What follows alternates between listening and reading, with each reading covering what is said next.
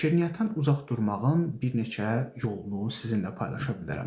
Həyatınızdan maye halında qəbul etdiyiniz şirniyyatları çıxartmalısınız. Yəni maye halında şəkərləri həyatınızdan çıxartmalısınız. Maye halında şəkərlər sizin orqanizminizə çox böyük problem yaradır. İlk növbədə insulin balansını pozur.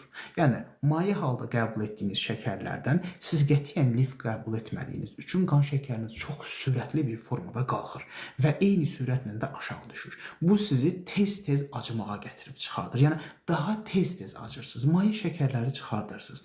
Buna ehtiyac yoxdur. Doğrudan da əgər sərinləmək istəyirsinizsə də bunun alternativ, daha sağlam yollarından istifadə edə bilərsiniz.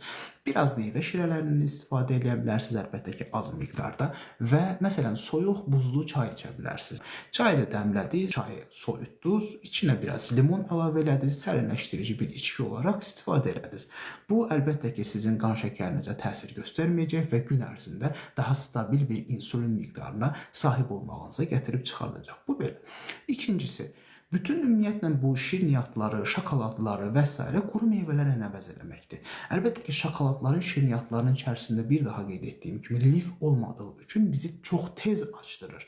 Lakin qəbul etdiyimiz quru meyvələrin tərkibində şəkərlərlə bərabər liflər, mikroelementlər, vitaminlər də olacağı üçün orqanizmimiz üçün daha yaxşı bir təsirə malik olacaq. Bir də ki, həmin o ağ şəkəri balla da əvəz edə bilərsiniz. Balın glikemik indeksi şəkərin glikemik indeksindən, ağ şəkərin glikemik indeksindən olduqca daha aşağıdır. Yəni bunu etməklə belə inandırım ki, sizi şəkərdən uzaq durmaq yolunda əmin addımlar atmış olacaqsınız.